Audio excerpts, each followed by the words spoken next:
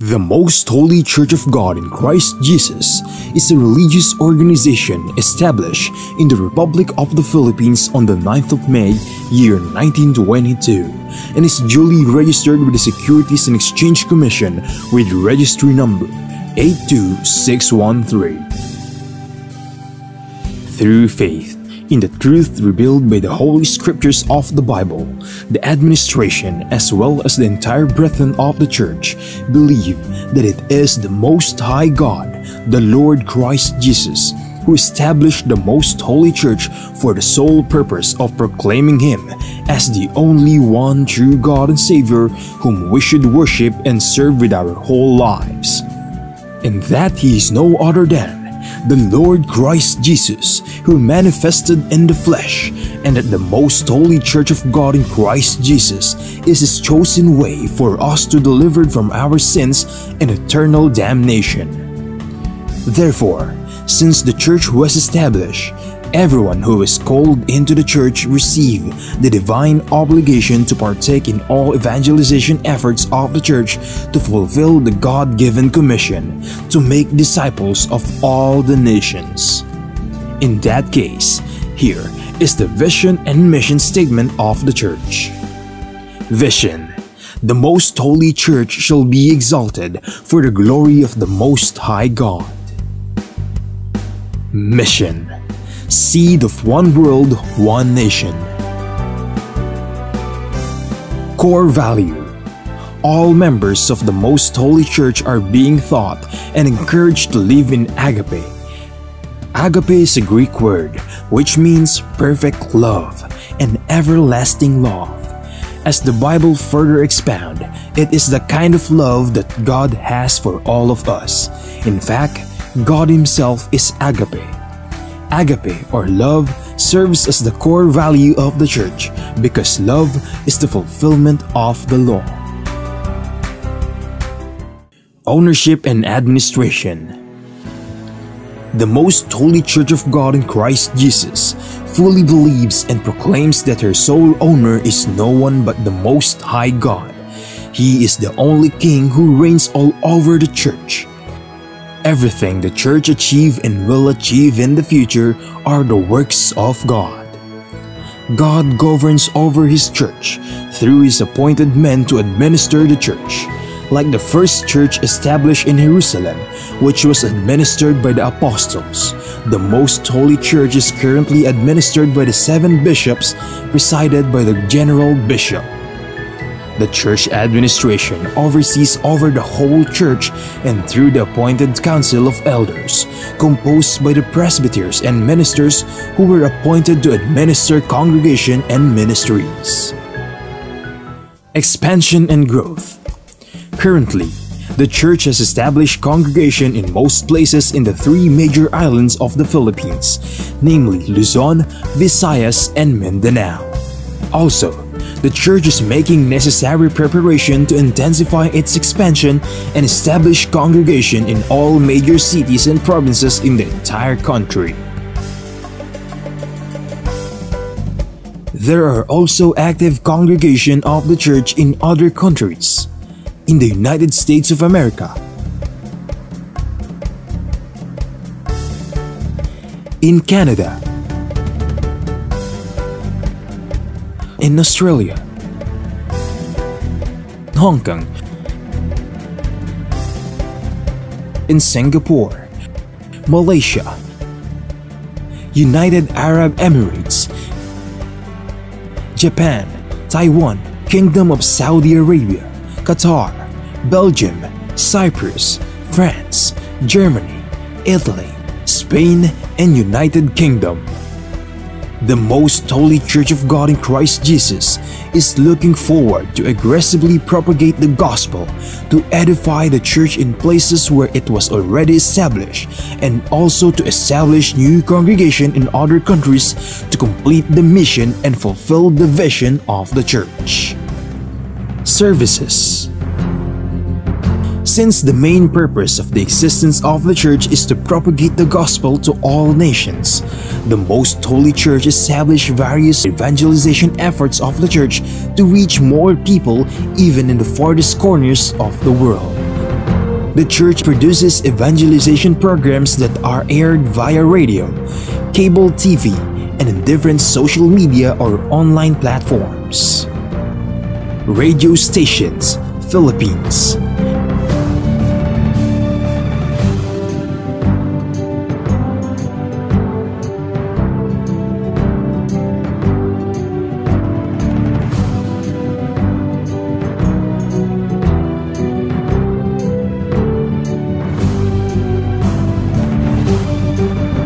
Cable TV channels.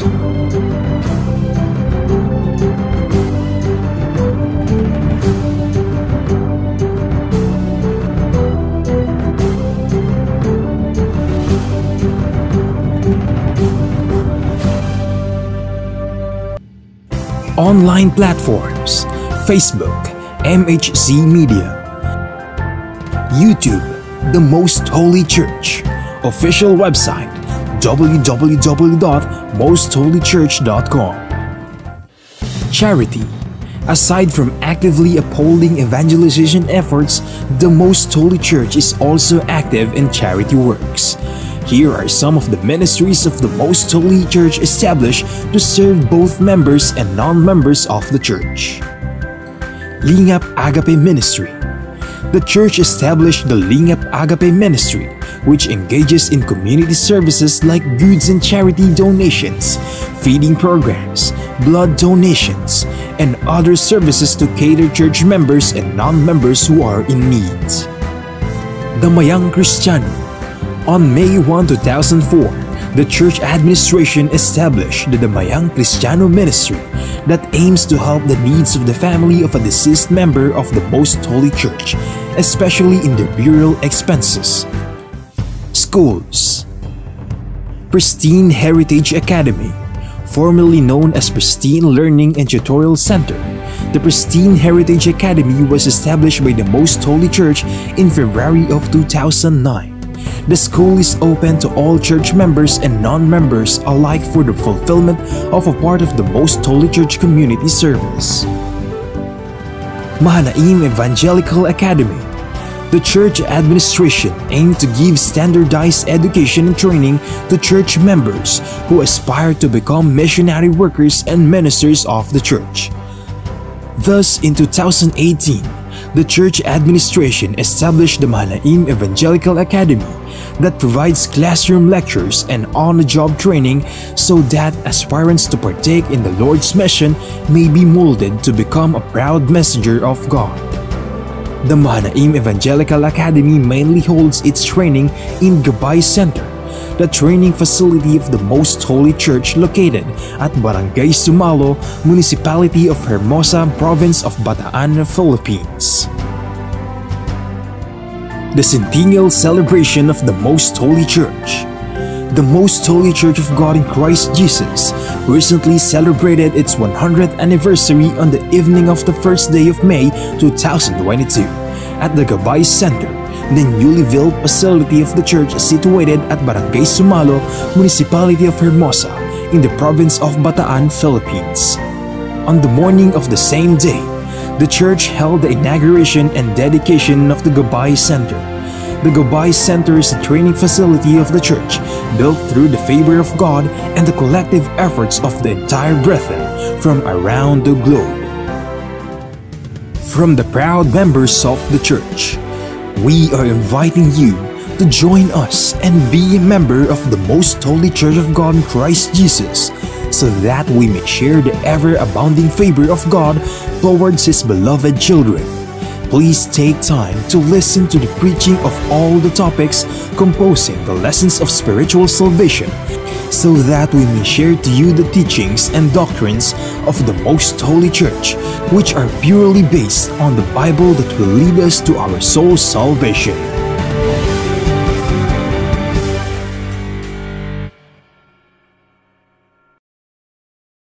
To know more about the church, you may visit our website at www.mostholychurch.com, or you may reach us through telephone number 6302-8255-6949.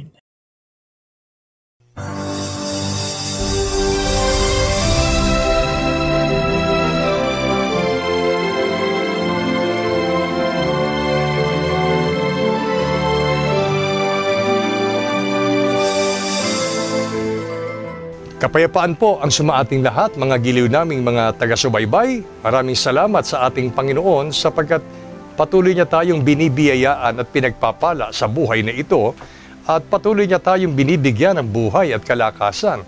At sana, harinawa, ay magamit natin ito sa tamang paraan ng paggamit, gaya po ng patuloy ninyong pagsubaybay ng programang ito upang patuloy nating alamin ang banal na kalooban ng Diyos na dapat po nating gawin at sundin para po tayo ay maging karapat-dapat sa Diyos. At ito po ay pawang nababatay sa nasusulat sa banal na kasulatan.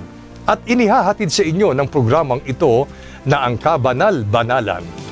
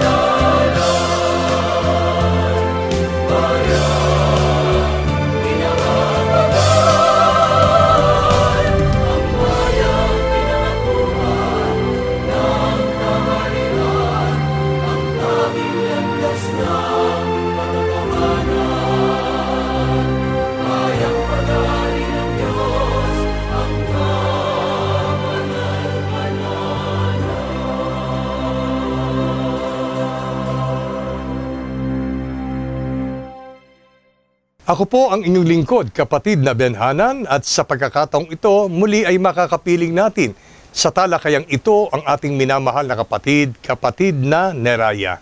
Kapayapaan po, kapatid na Neraya. Kapayapaan din pong sumainyo, kapatid na Benhanan, at kapayapaan at pag-ibig ng Diyos ang mapa sa ating lahat na mga mahal naming mga taga-subaybay ng programang ito na ang Kabanal-Banalan. Sa nakalipas na pagtalakay po ng paksang aralin, atin pong tinalakay ang tungkol po sa karapatang kaloob ng ating Panginoon Diyos upang tayo bilang mga tao ay tawagin din bilang mga anak ng Diyos. At sa paksang yaon ay tinalakay po natin na marapat lamang po nating tanggapin ang Panginoong Kristo Jesus, kilalanin siya bilang ating Amang Diyos at sampalatayanan nating lubos ang kanyang pangalan. At sa pagkakataong ito, mga giliw naming mga taga-subaybay, aalamin po natin paano nga ba mapatutunayan natin bilang mga tao na nasa matuwid na kaparaanan at pagkakilala at pananampalataya ang lubos na pagtanggap sa ating Panginoong Kristo Jesus. Sapagkat ang paksa po natin ay may ganitong pamagat. Ang mga tunay na nagsitanggap sa ating Panginoong Kristo Jesus. Sa pasimulang pagtatanong, kapatid na Neraya, ano po ba ang naranasan ng ating Panginoong Kristo Jesus bilang Diyos na nagkatawang tao dito sa sanglibutan? Ang sagot po ng Biblia ay mababasa po natin sa Aklat ng Juan, Kapitulo 1, versikulo 11. Siya'y naparito sa sariling kanya at siya'y hindi tinanggap ng mga sariling kanya. Maliwanag po ang mga salitang ito na ating narinig na binasa ng kapatid na Benhanan sa talatang ito, ay maunawa natin ang pahayag ng Apostol Juan. Batay sa kanyang pagsasalaysay, ang ating Panginoong Diyos na si Kristo Jesus ay naparito sa sariling kanya. Opo, ang mundong ito ay walang ibang lumikha at nagmamay-ari kundi ang ating Panginoong Kristo Jesus. At ang dakod na kung saan ay naparoon siya ng una nung siya magkatawang tao ay ang siyudad ng Jerusalem, na doon karamihan ay naninirahan ang mga Israelita, lalo na ang mga lahing Hudyo. At ayon sa pahayag na ito ng Apostol Juan, naparito ang Panginoong Kristo Jesus, nagkatawang tao siya. Subalit, siya'y hindi tinanggap ng mga sariling kanya. So dito po maunawa natin na isang malungkot na pangyayari ang naranasan ng ating Panginoong Kristo Jesus nung siya naparito o nung siya nagkatawang tao. Bagamat ang mundong ito ay siya ang may-ari at may likha, maging ang mga tao, siya ang lumikha, Subalit, hindi lahat ng tao na kanyang nakadaupalad noon sa dako ng Jerusalem ay tinanggap siya o tinanggap ang kanyang mga pagtuturo. Sa halip ay itinakwil. Hindi siya kinilala, hindi siya tinanggap, at sa halip na sampalatayanan ay hindi nila pinaniwalaan ang pagtuturo ng ating Panginoon. At alam po natin yan. Kung alamin natin yung mga pangyayari, napagkaisahan pa nga sa dulo ng pamumuhay ng ating Panginoong Kristo Jesus sa pagkakataon tao na siya'y ipako sa krus. So yan po ang naranasan ng ating Panginoong Kristo Jesus nung siya'y nagkatawang tao sa mundong ito. Isang napakasakit na pangyayari po ito sa panig ng ating Panginoong Kristo Jesus sapagkat ang kanyang layunin ay napakabuti para po sa sangkatauhan, pero sa kabila ng kanyang kabutihan, yung kanyang magandang kalooban, yung napakadakilang intensyon niya para sa tao ay hindi po tinanggap, lalong-lalo na nga ng mga Hudyo. At yun po ay nangyayari po hanggang sa panahon po natin ngayon, mga giliw naming mga taga-subaybay. Ngayon, saan humangga ang hindi pagtanggap ng mga Hudyo sa ating Panginoong Kristo Jesus nung siya po ay magkatawang tao, kapatid na Neraya? Ang naging hangganan at naging pangunahing dahilan kung bakit hindi tinanggap ng mga taong Panginoong Kristo Jesus ay mababasa po natin ang pahayag ng Apostol Pablo sa unang Korinto, Kapitulo 2, versikulo 8. Na hindi napagkilala ng sino mang pinuno sa sanglibutang ito, sapagkat kung nakilala sana nila, ay di ipinako sa krus ang Panginoon ng kaluwalhatian. Maliwanag po ito, gaya ng ating narinig, hindi napagkilala o sadyang hindi kinilala ng sino mang pinuno nung panahong iyon sa sanglibutang ito ang ating Panginoong Kristo Jesus. Na dahil sa hindi nila pagkakilala sa Panginoon, siyaan niya ipinako sa krus. Kasi kung napagkilala sana nila na ang Panginoong Kristo Jesus ay dapat kilalaning Panginoong Diyos, Panginoon ng kaluwalhatian, hindi nila magagawang pagkaisahang ipako sa krus. So yan po ang dahilan o pangunahing dahilan kung bakit may mga tao, lalo na sa lahi ng mga Hudyo, na hindi siya tinanggap, hindi siya kinilala at napagkaisang ipako sa krus sapagkat hindi nila matanggap o masampalataya ng yung Panginoong Kristo Jesus yun ang Diyos na nagkatawang tao. Sa halip, meron pa iba silang Kristo na hinihintay na alam nilang yun ang magliligtas sa kanila sa kaligtasan sa pagkaalipin ng mga Romano nung mga panahong iyon. Yun po mga giliw naming mga taga-subaybay. Una, dito'y mapag-uunawa natin ang dalawang bagay ng hindi pagtanggap at pagkilala sa ating Panginoon.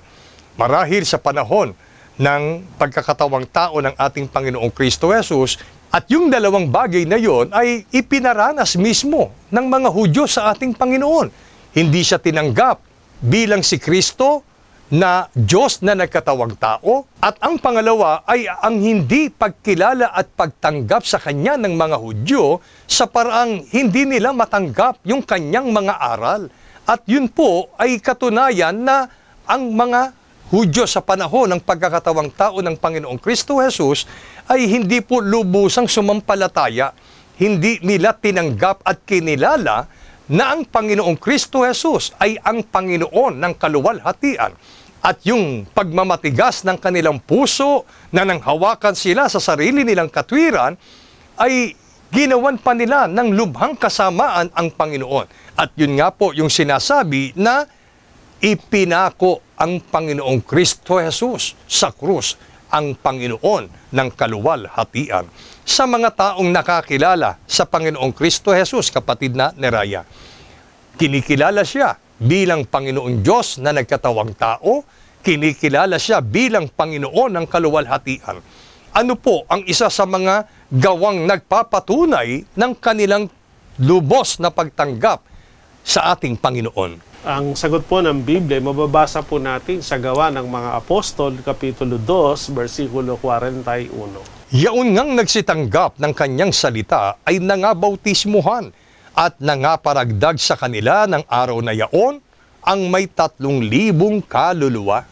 Dito po sa talatang binasa ay dalawang mahalagang bagay po ang naghahayag ng gawa ng pagkilala at pagtanggap sa Panginoong Kristo Jesus ng mga sa Kanya'y kumilala at sumampalataya. Una po, gaya ng ating narinig, nagsitanggap ng Kanyang salita. Opo, tinanggap yung mga aral at pagtuturo ng Diyos. At kalakip ng pagtanggap, dahil sa pananampalataya, sila anya'y nagpasya na magpabautismo, nangabautismuhan. Kaya hindi lang nakinig ng Kanyang mga salita, sinampalatayanan yung mga salita ng Diyos na Kanya'y tinuturo, at kalakip ng pananampalataya na may gawa, ang isang gawa na mahalaga tinuturo ng Panginoon ay ang tungkol sa aral sa pagsisisi at pagpapabautismo. At dahil doon sila anya'y nangabautismuhan. At yung mga gawang iyon ay nagpatuloy hanggang sa panahon ng mga apostol. Kasi po, yung karapatan at kapangyarihang ipinagkatiwala ng Diyos ng Panginoong Kristo sa mga apostol, sabi ng Panginoon sa kanila, ang nakikinig sa inyo, sa akin nakikinig. Ang sino mang magtakwil sa inyo o hindi tumanggap sa inyo, ako ang itinatakwil o ako ang hindi tinatanggap. Kaya nung ang mga apostol na ang nangangaral, sa kanilang pangaral, ang isang hayag na gawa na nagpapatunay ng mga taong tumatanggap sa Panginoon at tumatanggap sa mga sinugo ng Panginoon, sila anya'y tumatanggap at sumasampalataya sa mga aral at pagtuturo at sila ay nagpapasyang magpabautismo. Kaya yun po ang gawa maging sa ating panahon para mapatunayan nating tayo ay tumatanggap sa Panginoon. Kaya sabi nga sa paksa, ang tunay na tumatanggap sa Panginoon. Meron po kasi mga tao nagpapahayag at nagsasabing tinanggap nila ang Panginoon bilang kanilang personal savior. So statement lang po yung pagtanggap sa Panginoon na tinatanggap nila ang Panginoon bilang kanilang sariling tagapagligtas. Hindi po statement lang ang katunayan na talagang tinatanggap mo ang Panginoon. Kailangan katulad ng mga unang taong tunay na tumanggap at kumilala sa Panginoon, tatanggapin mo yung Kanyang mga aral at pagtuturo na itinuturo ng mga sinugo ng Diyos katulad ng mga apostol. At kalakip ng pagtanggap o pagsampalataya sa mga aral na tinuturo, very much willing ka dapat magpabautismo. Kasi yung pagpapabautismo, yun ang paraan at gawa na nagpapatunay ng isang pagtanggap. At kung ikaw magpapabautismo, dapat mabautismuhan ka dun sa relihiyon o sa church na pinagsasama-samahan ng mga apostol. Doon ka mapapabilang. Hindi kahit sa religion o hindi kahit sa church na hindi naman doon kabilang ang mga apostol. So maliwanag po, mga mahal naming taga-subaybay.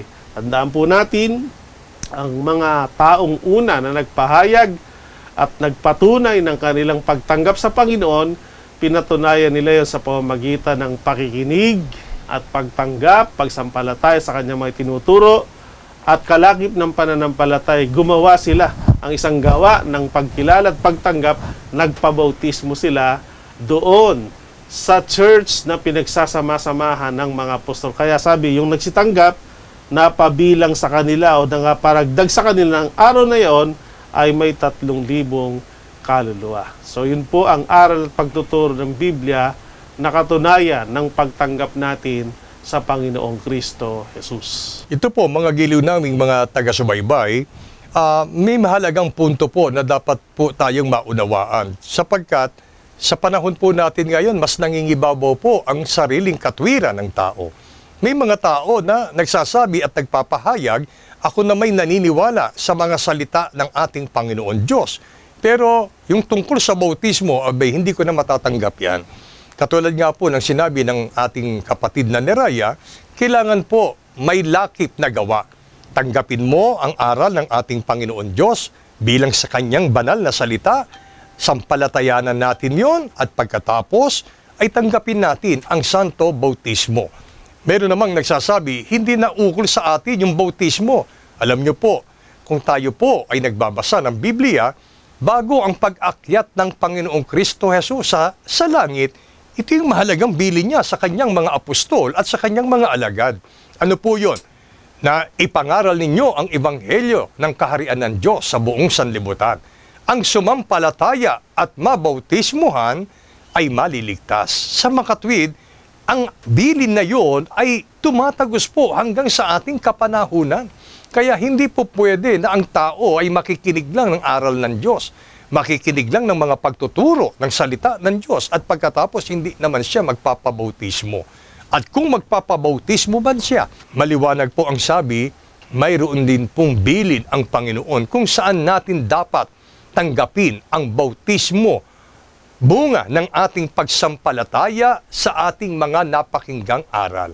Kapatid na niraya, laganap ngayon yung paniniwala na hindi na importante ang iglesia, hindi na importante ang reliyon. Basta ako, tumatawag ako, kumikilala ako sa Panginoon. At gaya ng nabanggit mo nga, basta ako may personal akong relasyon sa Panginoon, tinatanggap ko siya as my personal Savior. Yun po ba'y inaayunan ng Biblia? Ang sagot po ay ipinahayag mismo ng ating Panginoong Kristo Jesus. Sa huling araw talagang nakita niya na yan. Na may mga taong mag-aakala na sapat yung pagtanggap o pagtawag sa kanyang pangalan, pero kulang naman sa pagganap. Basahin natin ang salita ng ating Panginoong Kristo Jesus na nasulat po sa Lucas 6:46. At bakit tinatawag ninyo ako, Panginoon, Panginoon, at di ninyo ginagawa ang mga bagay na aking sinasabi? Sa talata pong ito ay maunawa natin ang rhetorical question ng ating Panginoong Kristo Jesus. Tanong na nagpapaliwanag. Ano po ang kanyang sabi? Bakit tinatawag ninyo akong Panginoon, Panginoon, at di ninyo naman ginagawa ang mga bagay na aking sinasabi? So, ibig sabihin, hindi po sapat na tumawag lamang tayo sa pangalan ng ating Panginoon. Mapapatunayan na natin na talagang kumikilala at sumasampalataya tayo sa Kanya. Sa halipang sabi ng Panginoon, kailangan gawin nyo yung bagay na aking sinasabi.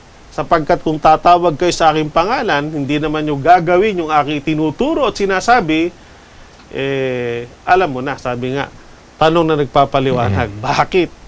Tatanungin tayo ng Panginoon, hanggang tawag lang kayo, kulang naman kayo sa pagtupad o pagganap ng aking sinasabi. So, tama po na tayo ay tumawag sa pangalan ng Panginoon, kumilala tayo sa kanyang pangalan, pero lakipan natin ng pagganap sa mga bagay na kanyang itinuturo o mga bagay na kanyang sinasabi.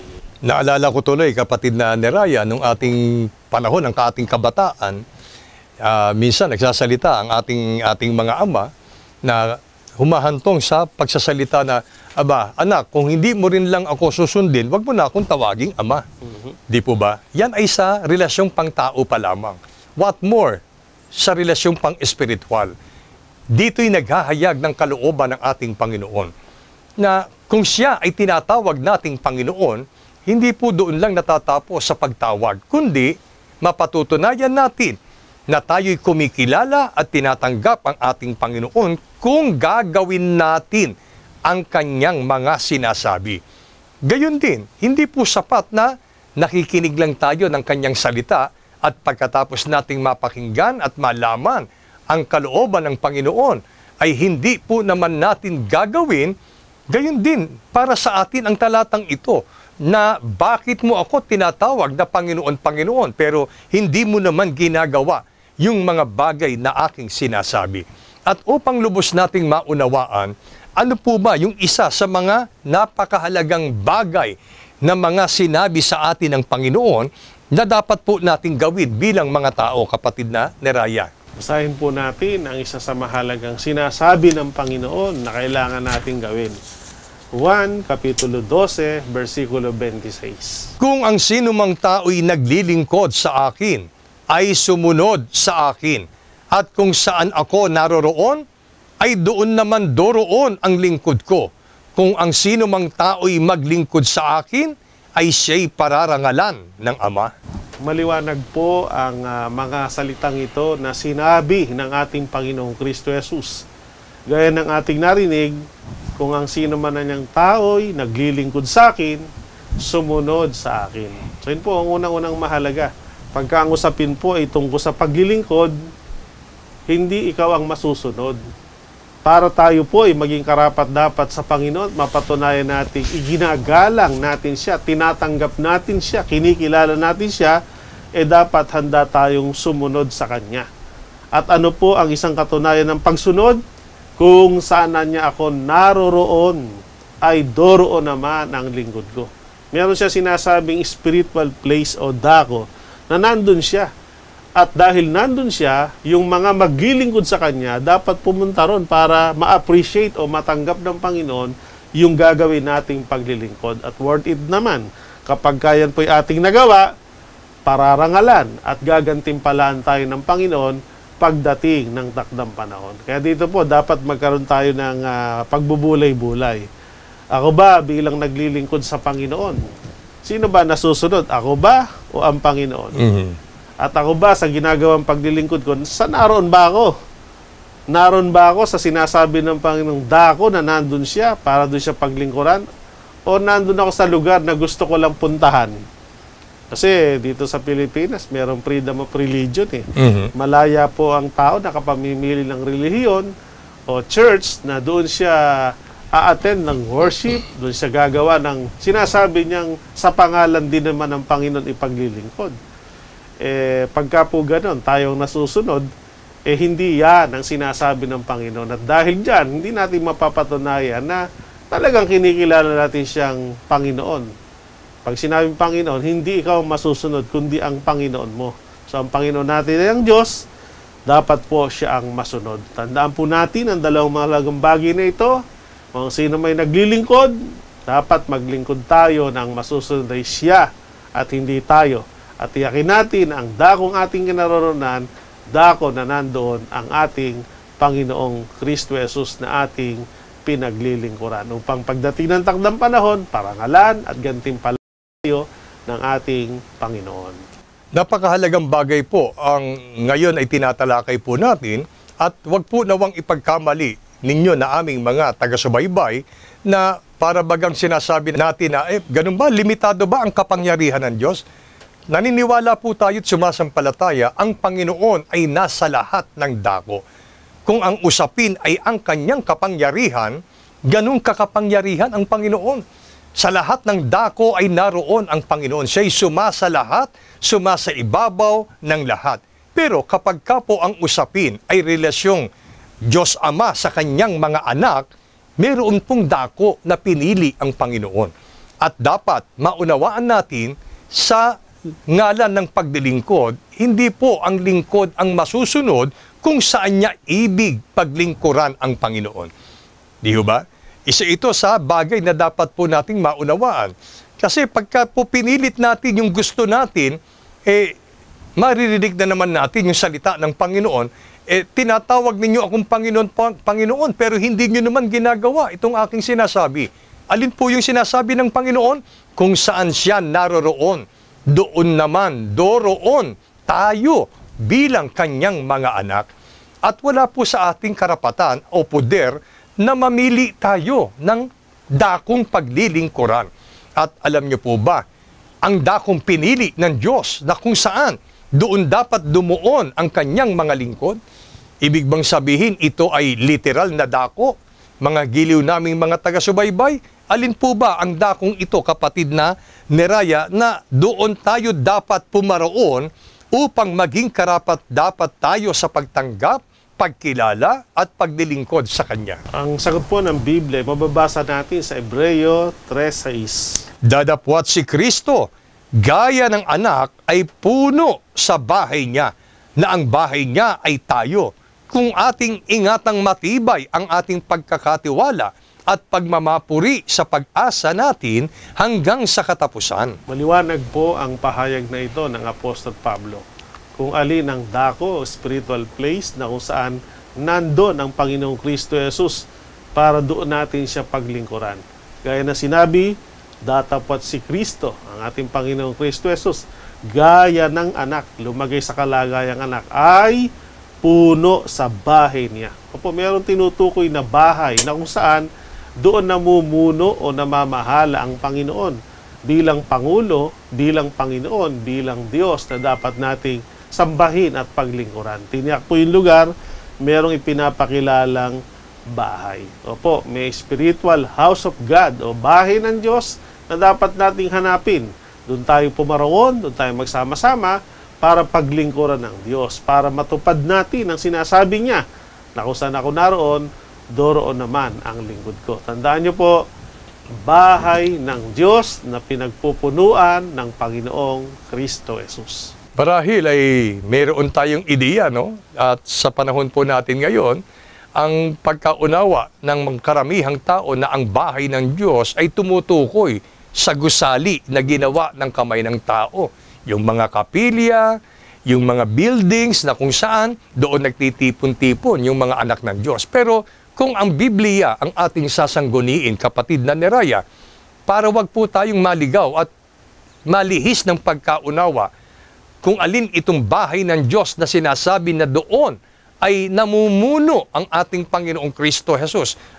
Ano po ba ang dakong ito na ipinakikilala ng Biblia bilang bahay ng Diyos? Ang sagot po ay mababasa natin sa 1 Timoteo 3:15. Pakibasa po, kapatid na Benhanan. Ngunit kung ako'y magluwat ng mahabang panahon, ay upang maalaman mo kung paano ang dapat sa mga tao na ugaliin nila sa bahay ng Diyos, na siyang iglesia ng Diyos na buhay at haligi at suhay ng katotohanan.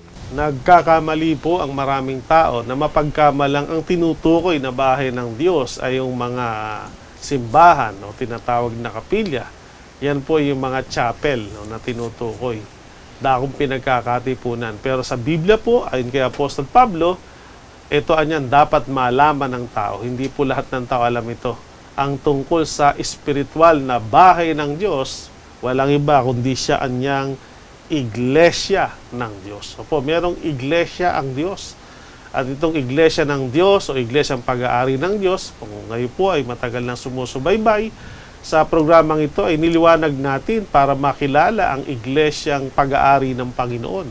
May tatak ng pagiging sa Diyos at nakakapit yung pangalan mismo ng Diyos na nagmamay-ari ng iglesia. At ang tatak sa Levitico 27:28, ang tatak ng pagiging sa Diyos ay kabanal-banalan at ang pangalang ginamit ng Diyos nung si magkataong tao ay Kristo Jesus. Kaya itong pangalang ito ay nakakapit sa iglesia maging ang tatak na ito. Kaya pinapakilala namin sa inyo na kabanal-banalang iglesia ng Diyos kay Kristo Jesus. Ito ang iglesia na pag-aari ng Diyos na ipinapakilalang spiritual house of God. At bilang spiritual na bahay ng Diyos sa iglesyang ito, ang head and savior of the church ay walang iba kundi ang ating Panginoon. At kung tayo magsama-sama dito, katulad ng ginawa ng mga apostol, sila tinawag at inilagay ng Diyos sila sa iglesia, at ang mga unang taong kumilala at tumanggap sa Panginoon ay nagpabautismo sa loob din ng iglesyang ito, mapapatunayan natin ang tunay na pagtanggap sa Panginoon at mapapabilang tayo sa mga taong may tunay na pagkilala at inihayag sa pamamagitan ng gawang pagsunod ang pagtanggap sa ating Panginoong Kristo Jesus. Maliwanag po sa atin ngayon at nawa ay panalangin namin na ito ay inyong sampalatayanan, gaya ng aming pananampalataya, na ang pagtuturo, ang pakikinig ng salita ng Diyos at ang pagbabautismo ay dapat po nating gawin sa bahay ng Diyos, na ngayon ay ipinakikilala sa atin bilang kabanal-banalang iglesia ng Diyos kay Kristo Jesus. Ito po ang sinasaysay ng banal na kasulatan. Hindi po namin inimbento po ito. Maliwanag po ang mga batayang talata na sana sa pamamagitan ng pagtuturong ito ay makapagpasya tayo ng lubusan na matanggap natin ang ating Panginoong Kristo Jesus sa paraang sundin natin ang kanyang kalooban. Kung ano ang ibig niya, yun ang ating gawin. Kung ano ang sinasabi niya, yun ang ating ganapin. At ngayon, maliwanag po sa atin, meron siyang dako na kung saan doon dapat pumunta ang lahat ng mga taong ibig tanggapin ang ating Panginoon at pagkatapos ay ipagkaloob sa kanila ang karapatang maging tunay na anak ng Diyos. At ito po, walang iba kundi ang kabanal-banalang iglesia ng Diyos kay Kristo Jesus. Ipagpala po sa atin ang mga pagtuturong ito mula po ngayon at magpakailanman. Amen.